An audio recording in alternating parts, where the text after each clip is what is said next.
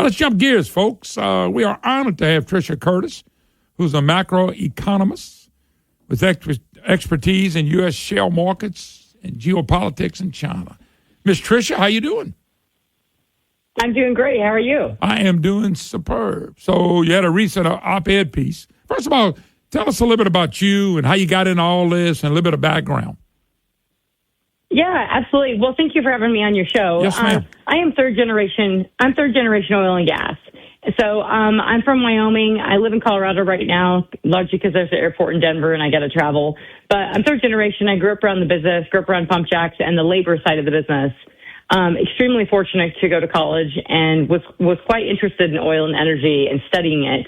And it really led me into looking, I kind of fell into China and U.S. shale when it was booming. And so those are kind of my two. I mean, I cover everything in between. There's almost nothing I don't cover. But U.S. shale and China and energy and geopolitics are kind of my babies that I cover on a day-to-day basis and get pretty deep in the weeds. Yeah, we're big oil and gas down here in Louisiana. We were a lot bigger before coastal lawsuits. Absolutely. And all the lawsuits have run a lot of our big companies out of here. Just unbelievable coastal lawsuits and legacy lawsuits and pounding of our energy. Still got companies here, people work here, but a lot of them left to Texas because they're not pounding their, they're not pounding their companies. Down here, man, some of these trial lawyers, they are just pounding businesses down every chance they get. We see the same thing in Colorado, where we have, incredible regulatory environment that has, prevented companies from getting permits for oil and gas. And we produce about 500,000 barrels a day in the state. And we've had so much consolidation because people are just buying permits because the state no longer gives permits easily or readily. And so it's really, really sad. And yes, your Louisiana's had a huge impact on that. Yeah, we got, I don't know about y'all, but we got our own government going after oil and gas businesses here. That's just absolutely pathetic when you think about doing that. But that's what we're doing here, unfortunately. Now, you wrote a great piece. President Trump came in, shifting back to fossil fuels, all this green, new, renewable energy. Reliable energy is coal and oil and natural gas and things of that nature. Renewable energy don't work. So he goes back to reliable energy, which is the key here. Tell us what's going on, because at the pump, I know we've seen a difference. Yeah, you have. So you've definitely seen lower oil prices at the pump, but part of that's because we're producing 13.64 million barrels per day in the U.S. So we're the largest producer of oil in the entire world by a pretty wide margin. The next largest producer, both Saudi Arabia and Russia, produce just under 10 million barrels per day, or roughly around there. So we're producing almost 4 million barrels a day more than them. So that's a huge reason you see lower prices at the pump, is because we're producing a lot of crude oil. And we also produce a massive amount of natural gas, so over 130 billion cubic feet per day. And that's basically over a quarter of the world's supply and demand of natural gas. Wow. So we are the largest oil and gas producer in the world. So really, when we talk about affordable, reliable energy, you're absolutely right. It's, affordable, reliable energy is natural gas, it's coal, it's dispatchable power generation, and it's energy-dense fuels, and that's from traditional fuels. I don't even like to call them fossil fuels. I call them traditional fuels, crude oil, natural gas, coal. That includes nuclear, as a very, good energy-dense dispatchable fuel. But, what we saw in the previous administration was just a shredding of, a very anti-domestic oil and gas administration, which was really sad given we're the largest oil and gas producer in the world. And so, for me, we really have no excuse as a country for people not to be able to afford their electricity bills, but also to have rising costs and to be disconnected in many cases because they can't pay their utilities. We are a nation that has more energy than any nation on earth, and this is not an excuse. And while we don't use it, and we're decommissioning coal like crazy, we have more coal than any nation in the world as well. Yeah, Trisha Curtis, my special guest. Before I get to China and all that stuff, one of the things that I've just doing this for a long time that I realize is that cheap energy means cheap food.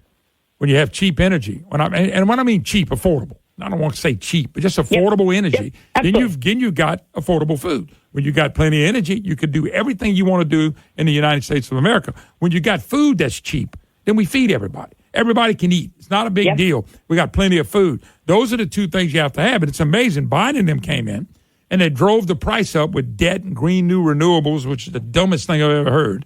Okay, they drive the prices way up with food and everything else is so much more expensive. That's not the American way. They actually, what they were doing was un-American, and it would keep us from being free and growing as a world power to help other people, to feed other people.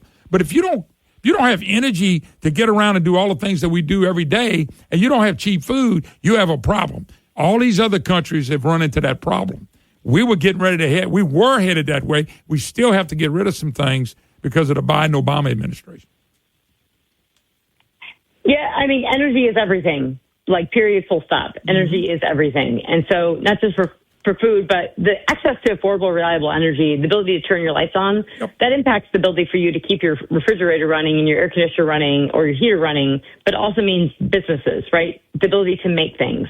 And I think that's what's really, really important is understanding is that, wind and solar power largely are made in China. So the ingot wafer is largely made in the province of Xinjiang, largely made with coal, largely made with forced labor.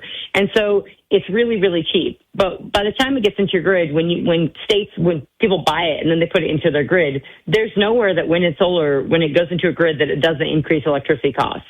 And so what happens is you're taking reliable energy out, like coal or nuclear. In the case of California, they took out nuclear and they added wind and solar. In the case of Colorado, they took out coal and they add wind and solar. Same thing in other states and across America. They're taking out the coal, the reliable, cheap, dispatchable power, and they're putting in this intermittent, unreliable, expensive power of wind and solar. And the direct what happens is you get higher electricity prices. And to your point of, high food prices under Biden, part of that was it was a very inflationary administration. They spent like drunken sailors and they increased food stamps by a third. When you give people money, you can't not expect a result. And so we had major spending programs by the Biden administration, and particularly on electricity, we had flat electricity prices for a decade, about 13 cents a kilowatt hour. When Biden came into office in 2020 to now, we now have over 20 cents a kilowatt hour on average for the U.S. Wow. And we're edging up to these starting to get, really uncompetitive pricing. And that matters a lot in a competition with China and the ability just to keep your lights on. That's why I said cheap energy, cheap food. When I say it's not just about food, it's about all you get to do when you got energy prices. Let me go back, affordable. I don't think it ought to be necessarily so cheap, but I think food ought to be cheap. But affordable because I know things are up and down, world markets and things of that nature. But when you can produce it at home, Trisha, and I think you agree with me, that's when you win. That's when you win. Why? Let me ask you, and I know the Biden administration is the one that did this. Why did the Biden administration, why are people so down on coal? Why? Do we do stuff cleaner than we've ever done? We do stuff cleaner than we ever done. Why are so many people pound coal so much? So they are anti-coal because they're anti-CO2 emissions. That's our argument, right? Is that coal is a very dirty fossil fuel. It's evil. They liken it to cigarettes. The problem with that is that, we don't actually use that much coal in the U.S. And largely we supplanted a lot of coal because we have so much natural gas, right? So our CO2 emissions have declined considerably because of our natural gas. Just that's what's happened. Now, the problem is that if this is about CO2 emissions, it's over. Like the game's over because when we decline ours or Europe declines theirs, they just outsource all that manufacturing to China, and China makes it with coal. And so, and they don't do it as clean or as efficient as we do. And so, coal, you talk about making stuff in the U.S., it's really, really important to make your own energy, have your own energy, have energy security, because it gives you incredible geopolitical leverage, but it's also really, really important, and God forbid we have a conflict with another nation, is that you can continue to support your own country, and you can, produce ammunition, and you can produce tanks and batteries, and just the everyday things that people need, and you can keep the lights going. If you look at when wars are fought, they go after energy, they go after their power generation, so they can't turn their lights on, so they decrease their morale. And so coal is so important because, it's a rock we dig out of the ground, and, you just can stack it up. You don't have to compress it. You don't have to pipe it. I love natural gas, but I think we really can't, we can't underscore or appreciate enough the role of coal in backstopping, keeping energy prices very affordable and very reliable for the consumer, because they can even help natural gas. And when it comes to China, and it's really important to think about this, is that China is a coal power, right?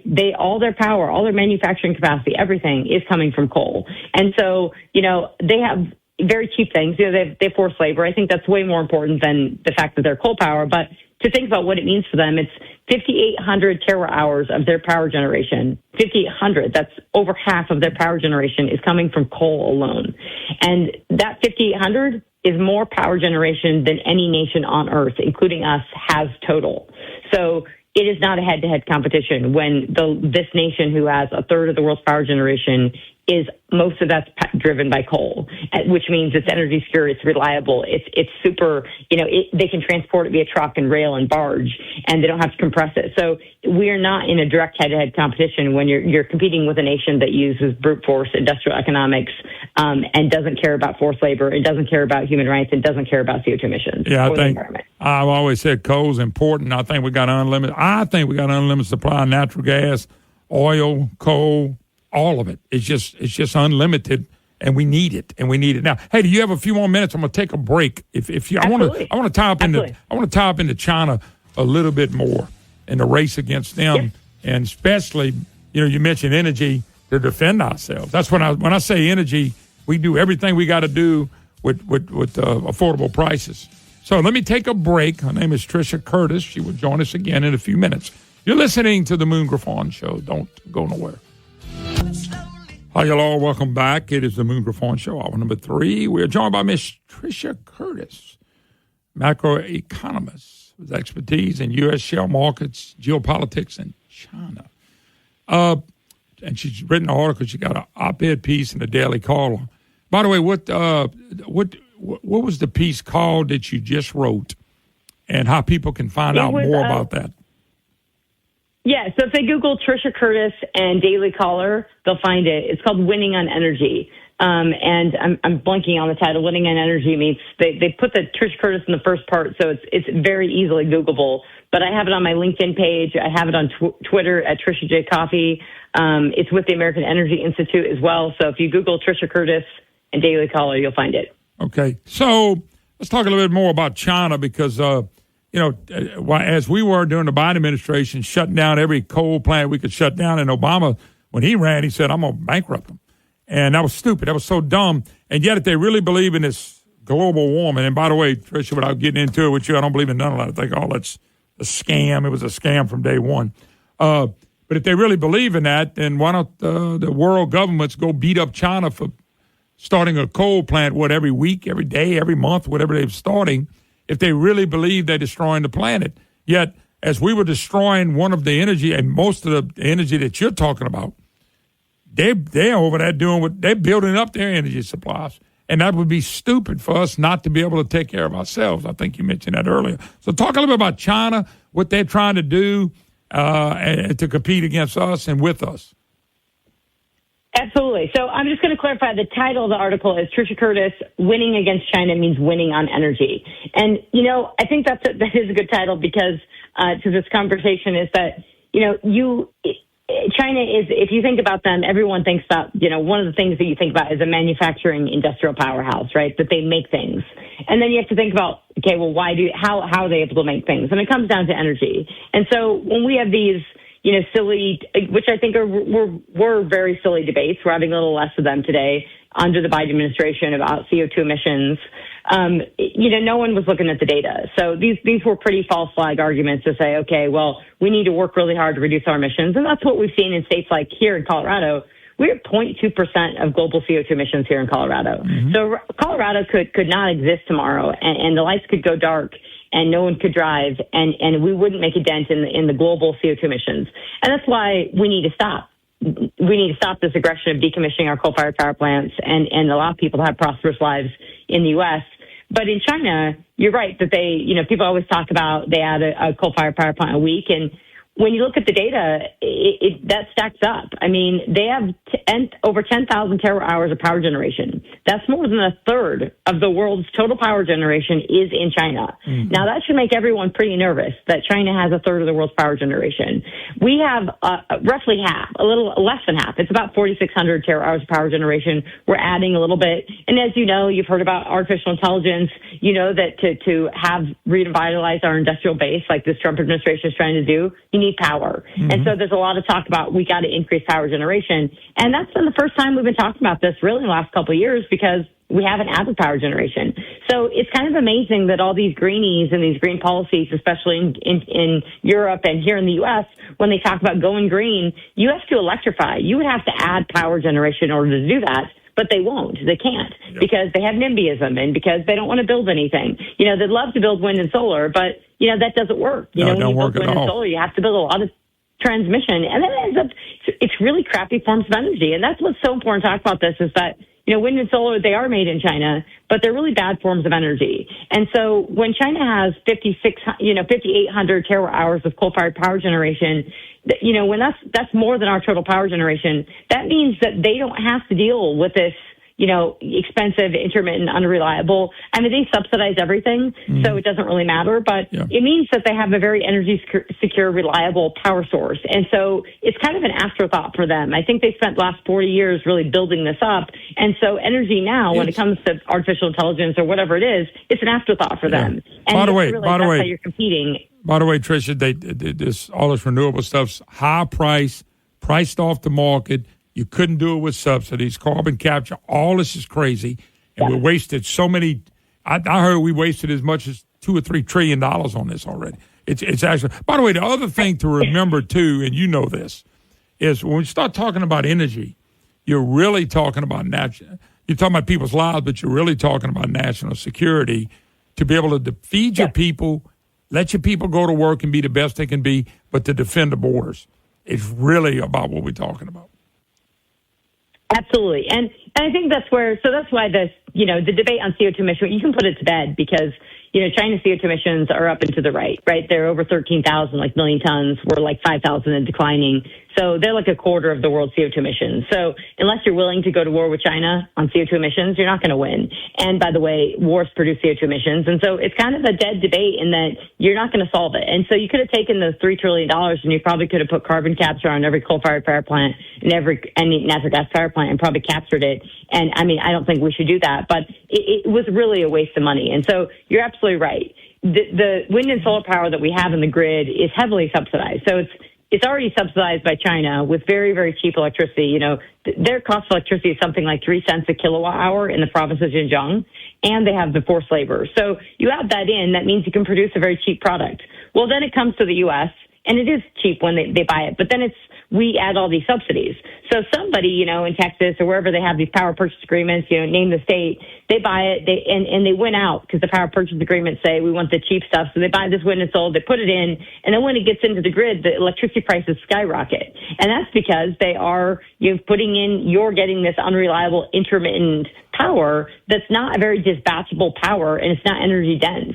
And so you end up, if our grid was powered with natural gas and coal would just come in and backstop when natural gas prices spiked, we would have the lowest electricity prices in the world, bar none, full stop, because we have so much natural gas and because we have that very, very cheap, reliable Louisiana, we got a lot of natural gas. I mean, we are shipping it out left and right. We got a ton of it. Let me ask you another question about another energy.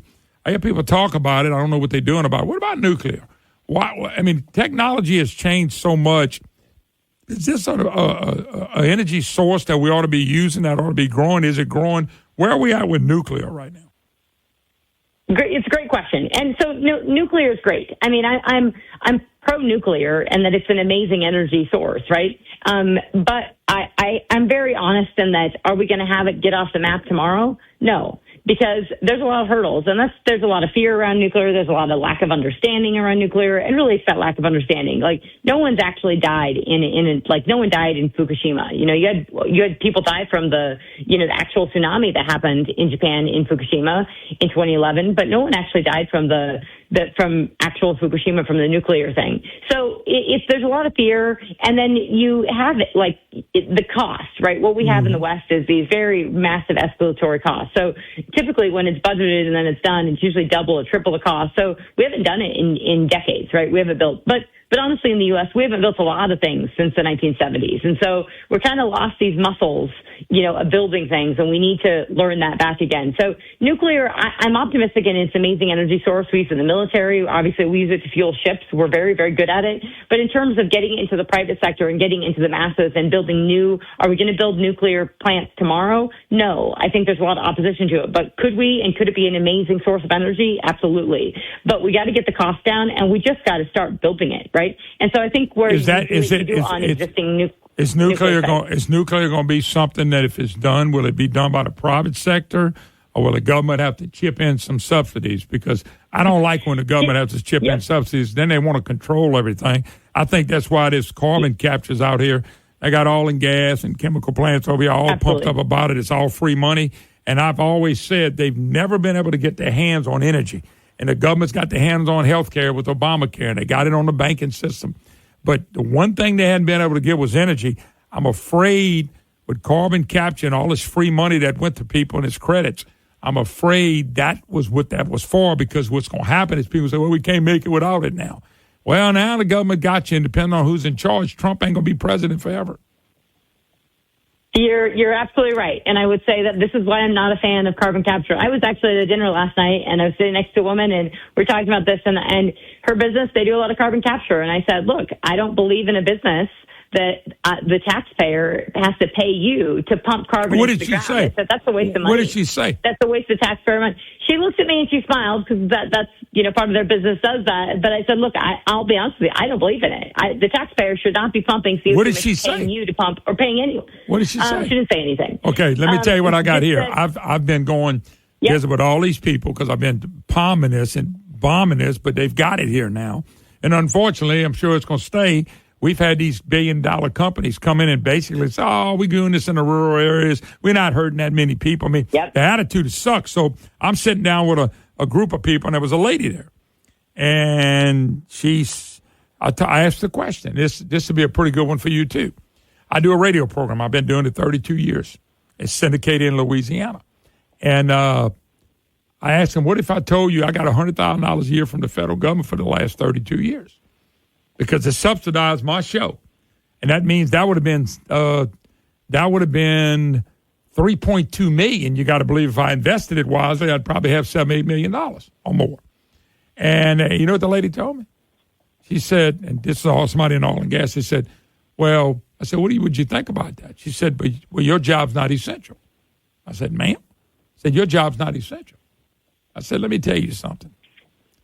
To me and my wife and my special needs child, I got the most essential job on the planet. And I turned to the other guy and said, here's the problem. I said, I don't want to hurt your feelings. This is what the people with carbon capture that are billion-dollar companies who can make even more are telling people in the rural areas, putting all this crap in the ground and telling them, we too big. Y'all not that important. It only affects a few people. Their attitude is horrendous. They're getting free